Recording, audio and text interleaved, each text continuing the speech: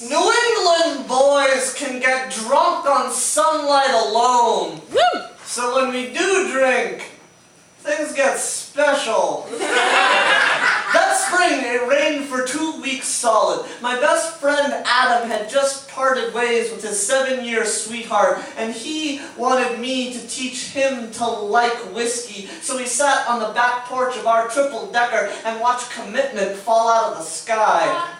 23 years old and still alive, I was giddy for my lack of homelessness, but Adam still hadn't been convinced about rubes. He told me about the dreams he had about unknown fathers, the inheritance of mystery and addiction. 23 years old and out of weed, we started making phone calls. Next thing you know, we're sprinting to Alston in a downpour, shouting and shaking strangers' hands, giving away cigarettes and laughing about the meaninglessness of the days of the week. Harvard Ave gulped as slick as the curtain of possibility under the heavy drum roll of our chattering youth. The Garden of Eden was never a physical place.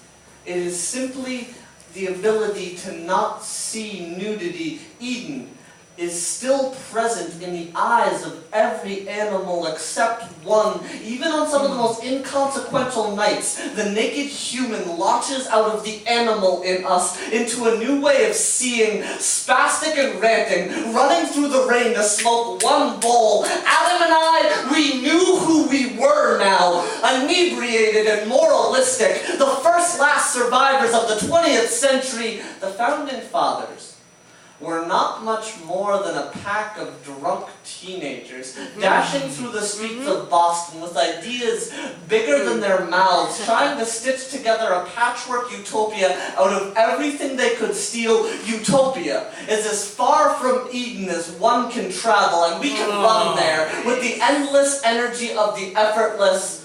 The fabric of paradise is the cloak of inhumanity. Happiness has never saved anyone's life, but still, we lift our hearts to the rain, asking to know more. Our origin is not in the clay and not in the rib. Our origin is in the moment of the bite, because we are made of knowledge.